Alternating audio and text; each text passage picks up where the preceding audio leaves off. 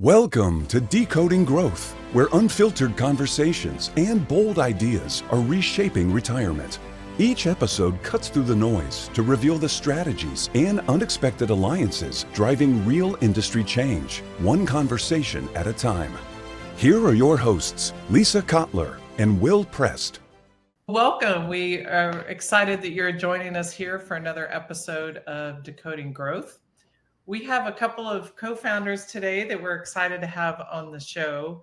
They are co-founders of one of the retired techs that's on our map, and we couldn't be more pleased to have them here today. So today we have Anthony Bunnell and Tom Bishop from Peopled. And like me and Will, both Anthony and Tom actually have experience both as executives at really large, big brands, but also as co-founders and founders of startups. And I'm creating my own language today. That's all right.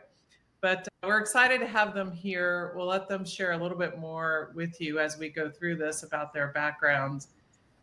But excited, and we're just going to jump right into it. And I think what Will and I really most want to know is what got you to start Peopled? What is the problem that you're really trying to solve? Because that is the question we have for everyone, and not everyone can always answer that question correctly. But what problem are you trying to solve? Why did you start Peopled? How about I go first, Tom, and then you go? Is that cool? Yep. I've been in the retirement and benefits space for 25 years. I still don't know what half the stuff means. I know most of the acronym soup. I know some of the regs. I know a couple of the rules. But for the most part, if I don't know it, what is anyone else going to do with their retirement or benefits plans? I'm supposed to be the expert. So we founded People based on the fact that there needs to be a lot more access to information that's easily understandable and digestible so that people can make informed decisions.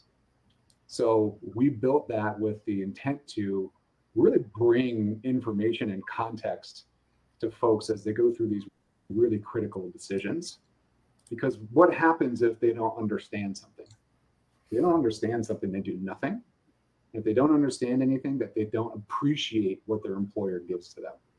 So for us, we want to make sure that people understand it so they can make informed decisions that are so incredibly important to their lives. What do you think, Tom? Yeah, no, I love that. That's exactly right. We talked about this for years, even back in Honest Dollar days. For me, I guess maybe the origin story really is the book, The Psychology of Money, that I'm sure many of the people listening and watching will know. And in that book, one of the quotes is that Warren Buffett's skill is investing, but his secret is time. And you shoehorn that on top of the comment Anthony just made that when people are afraid, they do nothing. They squander the most critical resource they have, which is time. And if we can help people, especially young workers in the 20s and 30s, make better informed decisions about what to do from a benefits perspective or a retirement perspective, they can become their own Warren Buffetts. They can harness the secret of time and just let time work for them in the way that time does. So that was in part the story. Anthony's right. We talked about this for a long time. And it was one of those, someday we're going to do this, until someday became today, and we're doing it. That's fantastic. I love that because, again, not everyone can always answer the question of the problem they're solving. Often we have these shiny new toys or new type of technology that comes along, and people go figure out what they can do with it and then go find a problem to solve with it, as opposed to coming at it through the problem set. So share with us a little bit, for those that maybe haven't heard about People, don't know about what you're doing, tell us what that is and how is it solving that problem that you just described? Great. Do you want to take that, Tom, or do you want me to handle it? Why don't you start and I'll follow? Okay. We'll just do the tag team on everything then. There you go. That's tag great. me in. Okay. People wants to be the next new front door for all people's benefits. So as we all know, there's either an intranet site for a company or there's a common place where everyone goes to get information about their benefits within their organization. We intend to replace that because what we know is as follows. We know more and more people are adopting the use of artificial intelligence more than anything else in terms of the adoption rates. We know that traditional experiences have not worked. You've seen that through some of the dismal financial wellness numbers, employee engagement, employee awareness. But we also realize the flip side of the fact that it's so required, the impact on stress and productivity. So the need is there. It's just the tactics have been not necessarily deployed in the right ways. So for us to be the new front door, we ingest all the documents associated with a benefits program.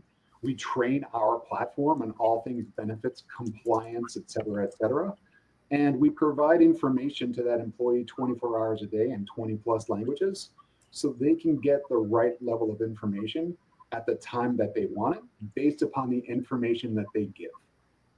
So we know that there's been some friction and reluctance to integrate with these types of products in the past. It's because there's really been no exchange of value. We always see that there's a 15 or 20 page questionnaire, or we need this data element in order to give you some sort of calculation. With technology these days, we are able to provide value at any point in someone's financial or medical journey. So we're the new front door. We're using smart stuff to make it personalized and make it actionable. Tom, what do you think? No, I think that's right. I think obviously with the advent of AI, more and more of what will dominate the user experience of the next 10, 15 years is going to be chat. And it's going to be built on some kind of Gen AI kind of platform because people just want to chat. They want to talk. They don't want to navigate screens.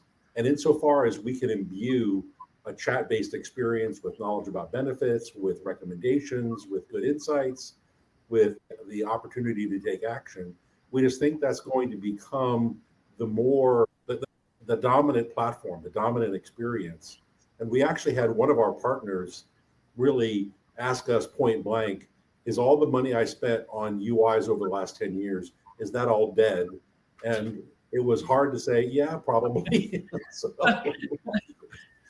and she wasn't resistant at all. I think she was trying to come to her own understanding about, okay, I should just get on with it. I should stop trying to deny what everything is telling me is going to happen. And I either can delay the inevitable or I can embrace the inevitable. And that was the struggle she was going through. But it was a very honest discussion. It's super interesting what you're talking about, chat, because it's now changed the consumer formula, hasn't it? Even though we're talking about the workplace and we're talking about an institution, you're trying to help individuals, right? So, Anthony, would it be fair to say that it's the new front door for Will or the new front door for Lisa or the new front door for Tom? Because the chat now makes it two-way. It's not generalized personalization. It's really specific to Anthony. It's hyper-personalized. And there's going to be so many new noisy terms in this business. Remember I talked about all the acronyms that I didn't understand before?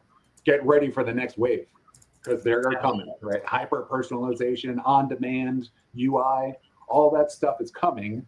But the reality is this. Tools, the way that they were built even 10 years ago, that were built on algorithms, were great. They had a whole bunch of science behind them, they had a whole bunch of research behind them. But if you didn't give all those different data elements at the time that the need was there with that user, then you couldn't perform that calculation.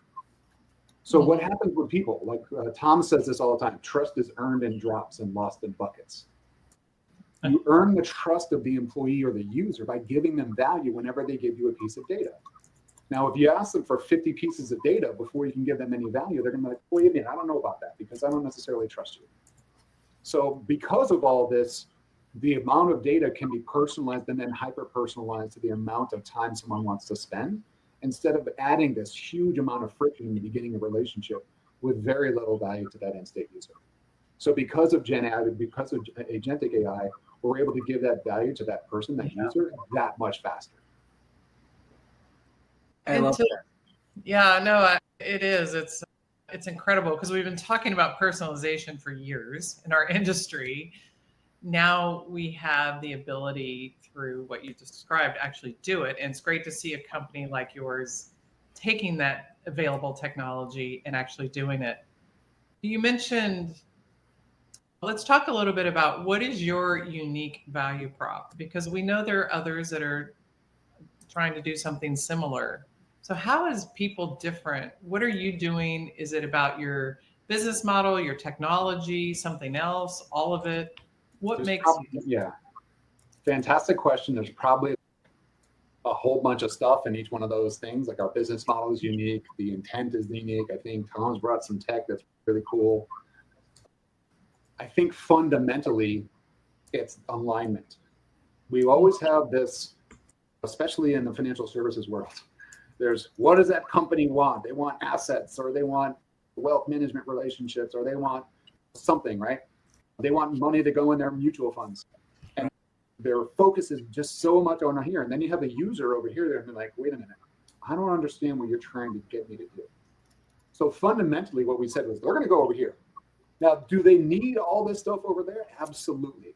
But they're only going to go over that bridge to that product owner, that product entity, when they understand what they're trying to do, or they're working with a trusted advisor to help them make those decisions. So what we said first is, let's align with that user. Let's align with them from a privacy and data protection perspective. Let's align with them based on what their needs are.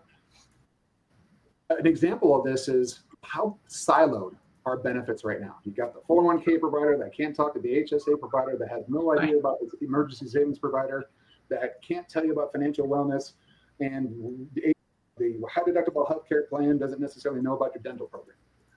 People don't compartmentalize how they make decisions that way. Wait a minute, I'm going to put my HSA hat on today. So what we can say is, by contextualizing the information associated with all of this stuff and telling that user to say, what would you like to talk about today? What do you want to talk about? And then let's ask some questions to help you solve that problem right now. And we'll get you over here. But let's help you figure out this morass of technical terms, all these products and these regulations and these constraints, and let's help you get there. And if we just focus on that and work backwards, I think that it's a seismic shift the way organizations have been doing business for a long time. So maybe that's where we hang our hat, because the other stuff is stuff we like to keep close and fast. So in summary, are you looking at the whole person instead of every product line's just managing their P&L, and then you have to sort through it because it's all in, they all stay in their swim lanes? But it sounds like the person goes through their front door, as you say, and then it's laid out for them in the order of the questions they ask. Because, what happens? Oh my gosh, I got a flat tire today, and I don't necessarily know if I can afford a new tire. So do I have an emergency savings account set up? Everyone in the emergency savings world is like banging pots and pans and saying, you guys need an emergency savings account. Then all the 401k people are like, well, wait a minute, if you save an emergency savings account, you're not going to be saving as much in the 401k.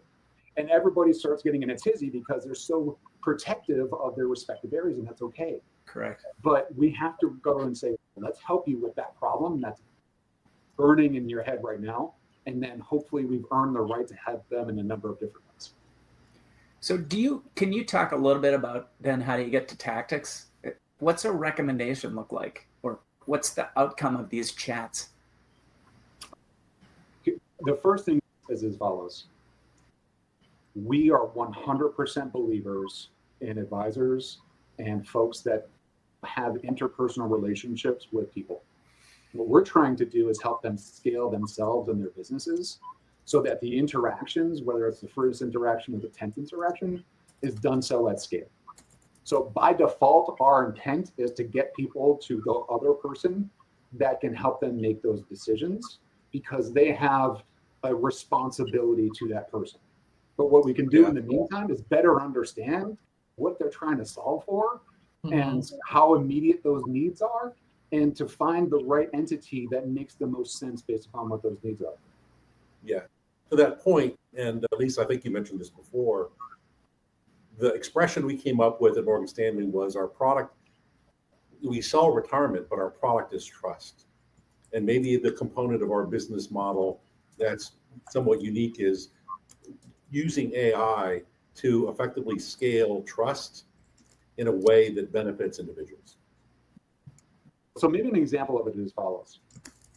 We all know that the advisor world is incredibly complex. You have a whole bunch of folks that have different strategies and different ways of servicing their clients. Yeah. What we're saying is we're a technology company. So we want that advisor to create their own intellectual property, but we want to help them deploy that intellectual property at scale. So if they have a specific way of reducing debt, or they have a specific way of paying off a mortgage, or a specific way of paying down a 529 plan so they can save for college, all of that intellectual property belongs to that advisor or advisory firm. We simply want to help them distribute it to all the folks that they work with at scale. So for us, it's not about, hey, what's your recommendation? Because anyone can go do a quick Claude or Grok chat and get some sort of off-the-shelf recommendation. For us, there's something special about that advisor or advisory firm. Let's capture it, and then let's help them tell their story to their clients. I like the clarity you brought there, because when we look at our whole map, retired techs take different points of view, right? Maybe they want to just go direct and generate a ton of demand because they see direct as their channel. And what you made very clear is you see the advisor as an integral part of the formula, right? And you're there to help scale that advisor, because it's not what I know of 5 and 10 years ago, which was financial education or wellness, but it's still general. I'm still trying to read documents or something. This is a chat, and you're bringing that person along and teeing them up for the advisor. The other thing about working backwards from the user is better understanding what their preferences are. Like for me, as much as everybody wants me to use a financial advisor, I still am that arrogant guy that after this long in time, I think I can manage my own money. I screw it up all the time. But every other financial institution will have, here's your demographic information. This is the service model that we've designed for you. Why don't we just say, what is the service model that person really wants? Do they want to have maybe quarterly meetings with somebody, but it's not necessarily the same person? Maybe they just don't meet the asset minimums of XYZ company, but they want to have that interpersonal relationship. Yeah.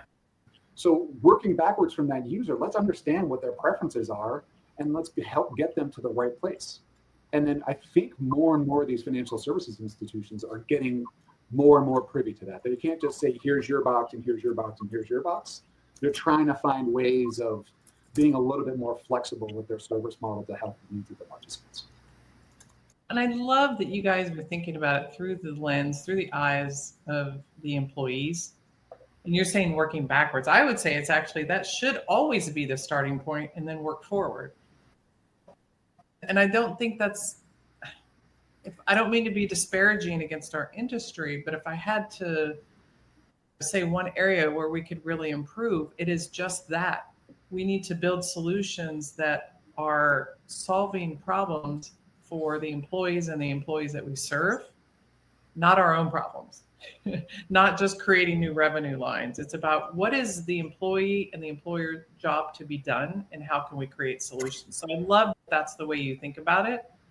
But also when we talk about unique value prop, you mentioned technology, and I know that you guys come at it from a different way, and maybe this is where we can talk a little bit about your backgrounds too, because Tom, you have an incredibly impressive background as a CTO. So maybe you can share a little bit about that, about what you've done over the years, and then also talk a little bit about the tech that what you guys are building at People.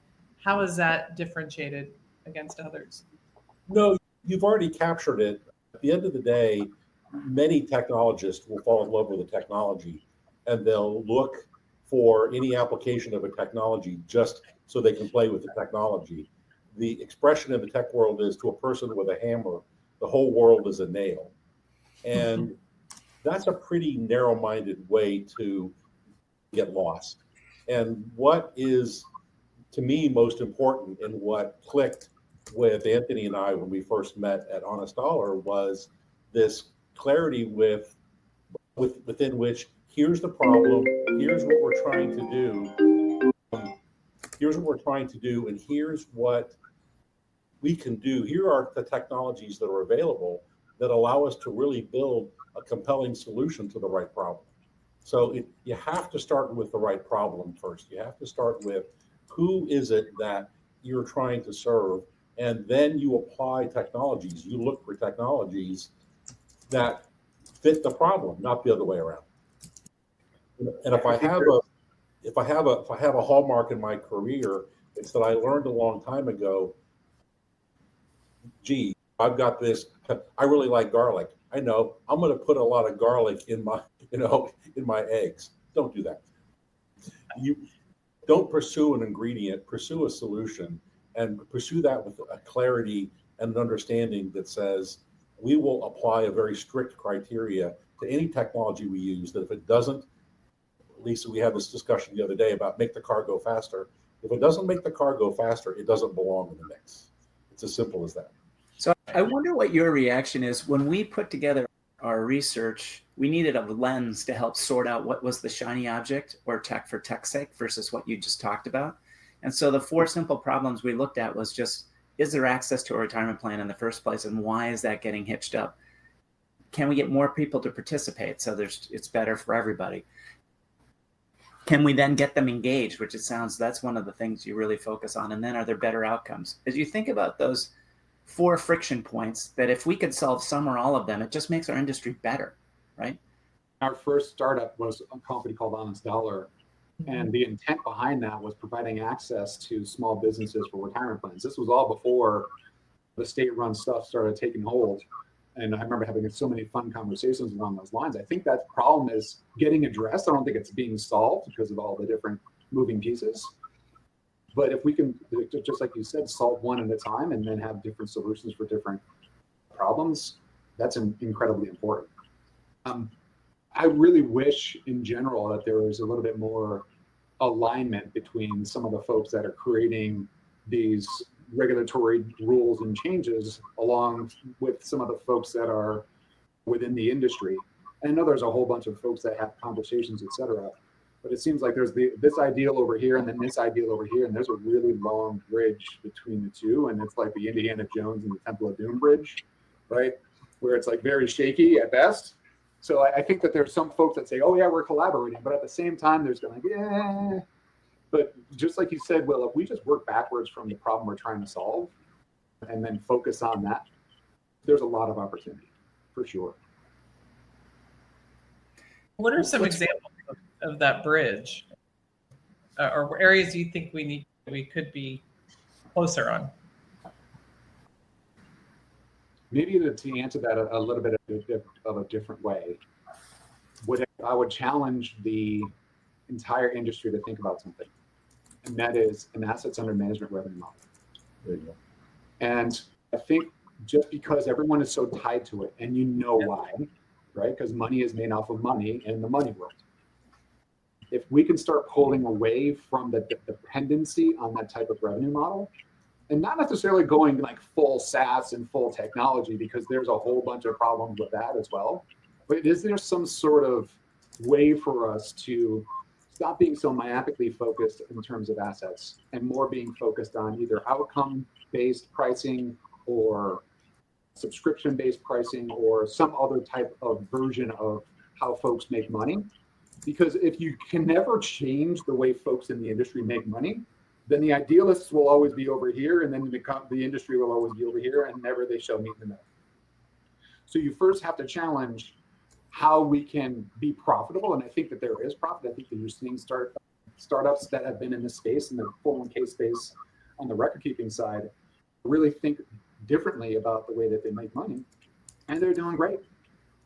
So we've got to first challenge the paradigms, and then we can start moving into what I would consider more of a world of collaboration.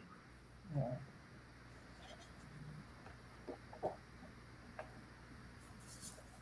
Is there other lessons?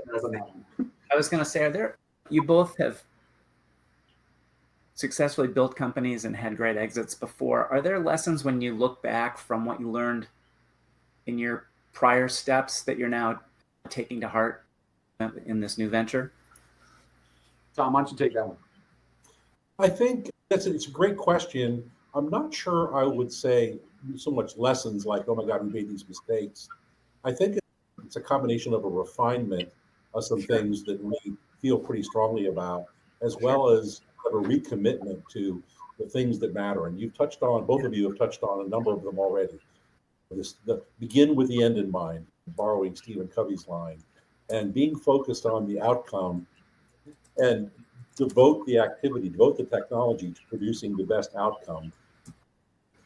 Finding ways that the industry is ready for disruption because it's been doing something wrong for the longest time. And Anthony's comment about A is a perfect example. Money makes money, it always has.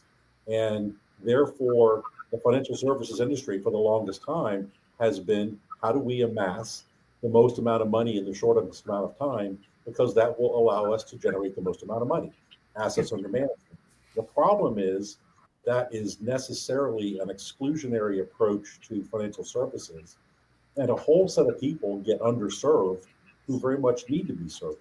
And so I'm not sure we want to toss A out the window, and I'm not sure we could if we wanted to, but it can't be the only way the financial services industry devotes itself to delivering the services to the people that need them. And so a part of the approach that says, can we augment the successful business models in financial services to say it can't just be about A, there have to be other metrics that also matter that we also pursue. Could not agree with you more. As we know, in fact, we published this in our next gen 401k report.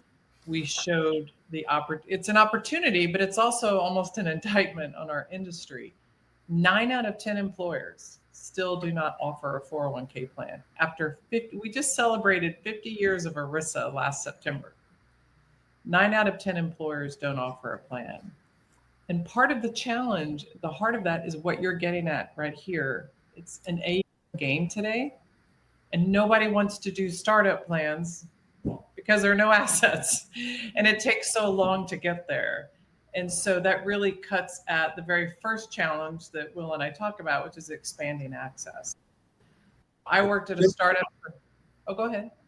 I was going to say, it's interesting to put it in that perspective. I don't know that I've ever put this thought together before, but if you think about where retirement started historically was in defined benefit plans, the classic pensions, and so on. The asset under management question didn't matter so much, but it's when ERISA came along and we introduced 401ks and their brethren 403bs and 457bs that all of a sudden assets under management kind of emerged as an important metric. And so people pursued assets under management in the retirement industry. And I hope that wasn't never the intent, but I think it's been one of the insidious byproducts of ERISA and going to defined contribution plans, because now all of a sudden it created an imbalance, and the industry has spent a long time trying to recover from that imbalance. That's an excellent point. And I would tend to think it wasn't the intent per se, but you're right, just an insidious outcome. You ask. That's true too. Sometimes I do wonder about it. I always have this optimistic view that like the hidden fees weren't really hidden. It's just that it's complicated. People don't understand, right? But it's funny that now that the medical world is getting into this world of transparency, the way the financial services has gotten pushed into it over the past 20 years or so, it's going to be really interesting to see how the market reacts to how many different folks are in between the end user, the employee, and the actual service provider or the doctor. And there's a ton. It's going to be a really interesting next few years as that seismic shift from this kind of medical world goes into more of a retirement-like environment. I wonder if we can shift a little bit. Sure. Startups are fun, but they're hard. All 4 of us have been in one, are in one right now. Mm-hmm. And could you talk about how you get it off the ground, how you think about distribution and distribution partnerships? And then I have some follow-up questions, but it'd be great to give the audience a peek into what that looks like and how you're getting there. Do you want us to just cover startups in general, or do you want us to talk about financial services and benefit startups? Like, where do you want us to go? I want you to talk about financial services and then specifically how you use those lessons to think about your company. Yeah. Okay. Getting involved in a startup in a regulated environment is really dumb. It's just, you shouldn't do it. Brutal. Just don't. We've done it before. It's super hard. No, the reality of it is this. You're going to really have to know the industry if you're in a regulated industry before you really step in as a startup, or you're just crazy enough with a whole bunch of money behind you and you just bulldoze through everything, and there's not enough of those out there. So getting something off the ground in a regulated environment, you got to choose where you want to spend your time. So for us, we did the regulated world, the last startup that we did, and now that we're gotten through that environment, we said we're not going to be regulated again. We're just going to be a pure technology play, and that we're going to partner with regulated folks instead of becoming regulated. So maybe that's number one. Number two is really understanding the regulatory landscape that you're getting into, because as we all know, you've got the DOL, you've got FINRA, you've got SEC, you've got HIPAA, and all these other great acronyms. Yeah. So not that that's just the regulators. It becomes incredibly important for you to have an understanding of that landscape. So if you're just fresh out of school and you've got an itch to go tear up an industry, take a deep breath, maybe call up a couple of folks with gray hair and ask them what their experiences are in that particular world. To be successful, I think you have to not just understand the industry, but you have to understand the moving pieces and the types of stakeholders that you're going to be dealing with. In our space, in the benefits space, you've got these kind of two different worlds. You've got a medical space that has an entire multi-billion-dollar industry. You've got the retirement and financial services space, multi-billion-dollar industries. And then trying to smush them together, it's not for the faint of heart. So understanding and being connected to folks that understand those businesses and using the network effect is incredibly important. That's what I would say. And per Tom's earlier comments, don't build anything unless you're trying to solve a problem. If you're trying to build stuff because AI is the new shiny penny and you're like, oh, I want to go do the next AI thing, just be careful what you wish for, because there's a lot of noise out there right now. Tom, what do you think? No, that's exactly right. I think one of my favorite quotes in general is Sturgeon's Law, which was 90% of everything is crap, that relates back to a science fiction writer. But I was listening to a podcast maybe about a year ago by Mark Andreessen, and he was asked his investment thesis, and he said, Sturgeon's Law. And I almost fell off my chair, and he says, 90% of the investments that come to us are crap. Our job is to find the 10%. And I really loved that. Find the nuggets, find the really core ideas that are worth the investment in time. Startups are hard, but but don't make it hard just because it's hard. If you're going to go do something and it's hard, make sure it's at least worthwhile. So if I connect the dots between things you've said earlier and just now, you're a tech company, you're focused on helping the advisors figure out how to scale themselves. You're very focused on the problems from the most individual user. It's not general personalization, it's personalization for that employee. Mm-hmm. Are there any other aspects? And that sounds like that's learnings from what you know and how you've pointed your company. Are there any other things that you think about as you're trying to connect into the business? So are you connecting with advisors? Are you connecting with healthcare companies? You're connecting with record keepers? Like, how do you think about using your tech to make the industry better and help it? What a fantastic question. A couple things. So let me rant for a little bit. Our hypothesis is as follows. If the end state user has a delightful experience, then the employer gets goodwill from that. If the employer gets goodwill from the employees being happy, the advisor or the broker or benefits broker gets goodwill from it. So if you share that hypothesis, then you understand our business model. And that's why so many people are in our industry, right? When you think about the ability for us to go out and capture market share, it has to be absolutely laser focused on that end state user so that we can provide that value going backwards and backwards and backwards. And the more you can do it, I mean, something simple like the way we address our privacy between the employee and our platform. We basically say it's attorney-client privilege. And some folks will be like, wait a minute, why would I deploy that? Because I really want all this information on that person so I can cross-sell them something. The smarter people will say, I know I have to earn the right to be there. Right. And sometimes it's going to take 2 seconds, and sometimes that's going to take 2 years.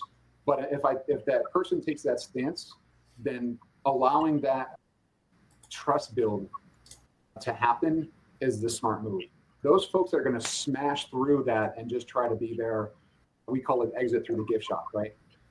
Oh, some sort of financial transaction is happening. Go be there, like the ambulance chaser lawyers that you see up on the billboards everywhere. You can't do that. So if we work backwards from that simple formula and everyone aligns with that, then that makes a whole bunch of sense for us. And I think that's what's resonating in the market. Tom, you have anything to add? No, I think he's exactly right. I think it's the alignment of a set of key goals in a way that has not been tried before. And if there's a gold nugget in what we're trying to do with people, it's really this kind of magic combination of some of this and some of that, and do it this way and do some of that way, all based on some individual lessons. That's what's exciting about what we're trying to do. Oh, it's so great. And I think you guys, because we've talked about already how much we love the fact that you're coming at it from the problem, you're looking at it through the eyes of the employees and the employers, you're really thinking about how this impacts the advisor, and you're looking to partner with them, not displace or get in their way. And so you've really thought all that through. And I would imagine, look, you've both been founders before, you've been through this, you've had a successful exit. So how does do you think what is really helping you structure this in what I would say is the right way? Or is it lessons learned along the way, or is this just innately who you are and how you come at it? Probably two things. So I forgot to answer Will's second part of his question, which is, are you talking to record keepers and healthcare? Yeah. Who's your ideal place? The answer is yes, because when you think about I think you have your retire tech now is a number of different logos, and yes, the integrations between all of them becomes incredibly important, because if you're trying to help a participant or a user get somewhere within this morass of different logos and different services, you need to be able to interact with these folks and connect them. So are we talking to record keepers? Yes. Are we talking to asset managers? Yes. Are we talking to product providers? Yes. Because the way that integrations are going to happen in the future with technology is going to evolve. Instead of just doing some sort of API call and then being able to contact a calculator or a tool or something like that, the user is simply going to have to make whatever decision they're going to make.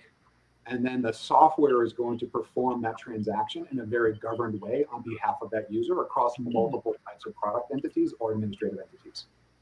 And those entities that get it right will understand that this is my job, this is what I'm being expected to do. And if I do my job and I do it to the level of expectation for that end user, maybe I've earned the right to service them in a different capacity.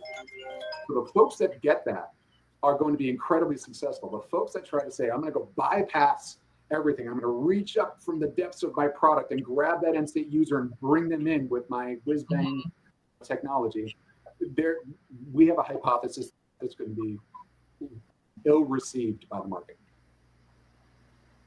So now to the startups. Had an exit. Point, and I hope any other companies on our map or others that aren't, that are building in this space, really heard you and listened to that right there. We're open to partnering. It's never been easier to have a technology integration than it is now. It's never been easier. It's just, can one of these companies truly say, I know where my lane is, and I know where your lane is? Because the bigger companies get, the more they try to horizontally integrate, and they forget what their kind of core business is, because they're always looking for that next way of cross-selling something. And if they just stuck to that core business and then evolved over time in a very smart way, it'd be great. So back to your question in terms of startups, what have we learned? We've had an exit. what I would say is luck and timing is so important. Skill is completely a deep second. It's just, you got to be there. No, I'm just kidding. The things that we've learned, being in a startup and being in a big company, they're both going to have different levels of joy and pain. The joy of being at a small company is when you first start to get product market fit and traction. That's a great big joy. The pain is when you let one of these companies down because you wanted to do more and you just couldn't. At a big company, the joy is having a complete alignment with your strategy across a number of different business units. That's a great feeling. And the pain is when you don't have that alignment and you have friction with the people that you're working with every day. So I think there's just different levels of tolerance for those two areas, because in a startup is a roller coaster. Day one is amazing. Day two is the worst day you've ever had in your life. But at a bigger company, it's a little bit more graduated. Like, you're going to have a really bad week, but then you might have a really good week. But it's just more volatility, I think, in a startup than anything. So hopefully, your questions.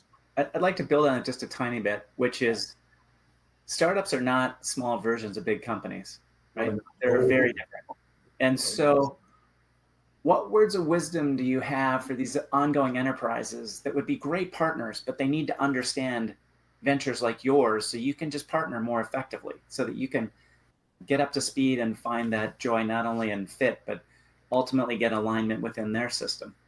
Tom, why don't you take that first, and then I will talk a little bit about that topic afterwards. I think it all comes down to this. The engine for any startup is this passion that says, this is something that's never been done before. There's a solution out there to this problem. Sooner or later, somebody's going to build it. Why not us? And, what I tell my college-age kids, the definition of a champion is somebody who gets up one more time and you've been knocked down. They're going to get knocked down.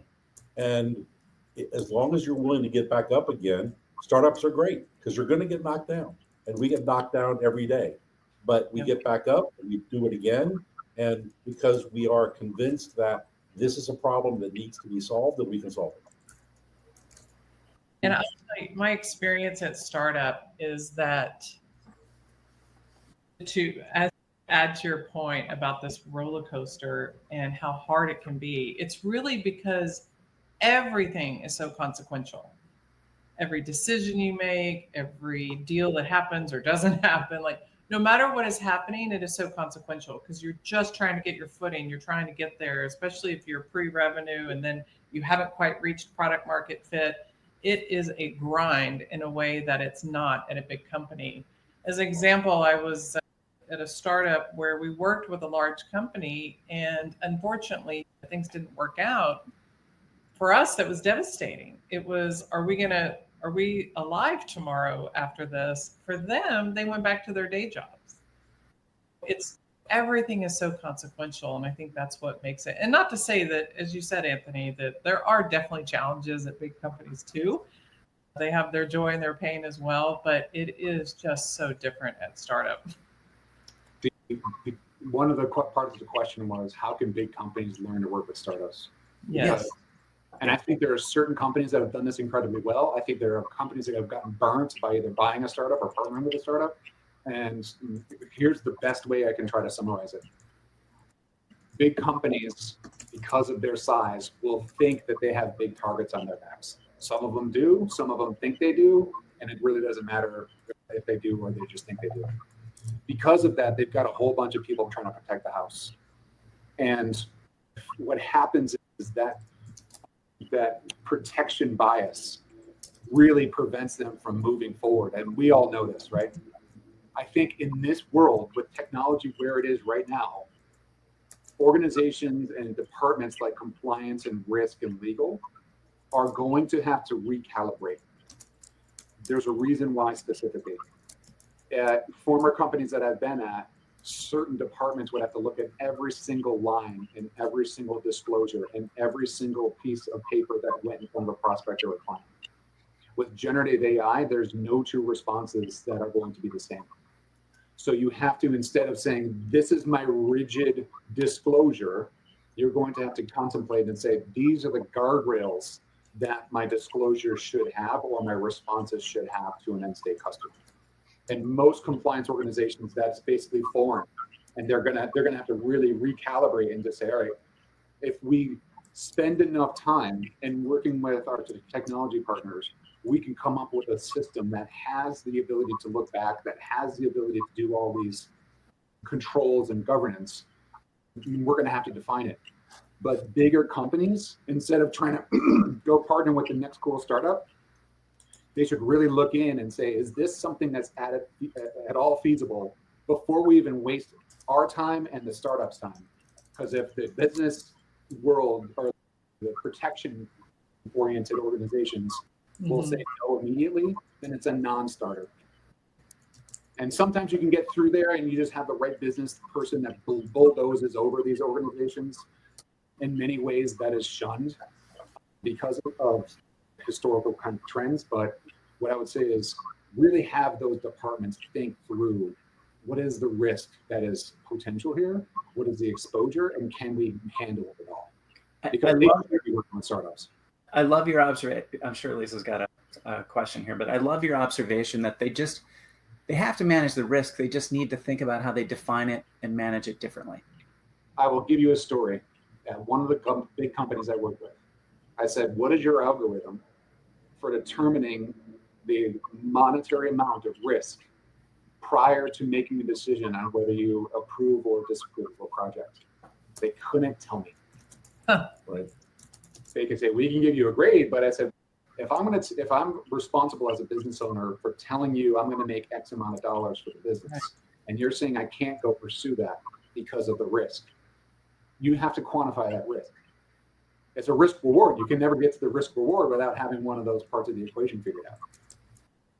I think folks are getting better and better at it, but there has to be the same level of rigor that gets put on those types of organizations within these big companies in order to quantify what the actual risk exposure is prior to saying no, because we're going to go into an environment with those folks that are able to demonstrate the control and governance over new technology are just going to leapfrog over those folks that can't get out of their own way because they can't figure out how to quantify risk.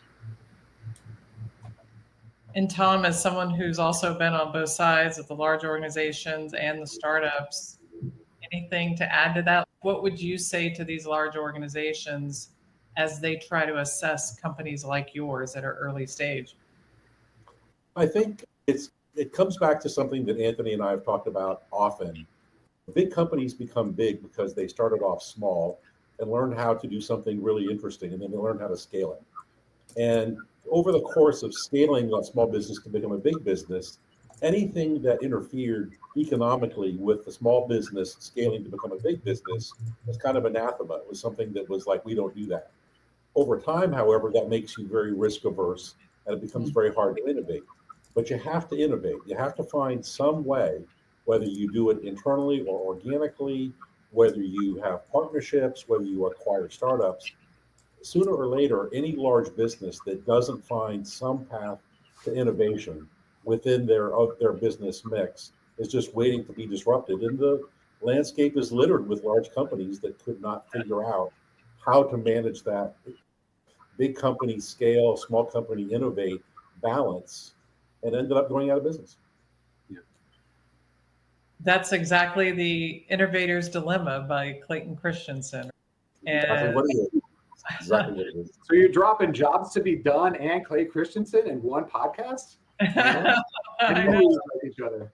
Yeah. I am a big fan. Look, I think that's a great place to end this because I think you really dropped some unbelievable advice and insights, I think, for both the large companies, the big brands that might be listening to this, as well as any of the retired techs. So really appreciate you guys being here today. I feel like we could just probably go on for a few more hours. I know we're very philosophically aligned. So any last parting thoughts or if you had just one thing you wanted to leave with folks, what might that be? Tom, what do you think? I think I would go back to, at least in the current time frame, AI is going to disrupt a lot of different types of businesses.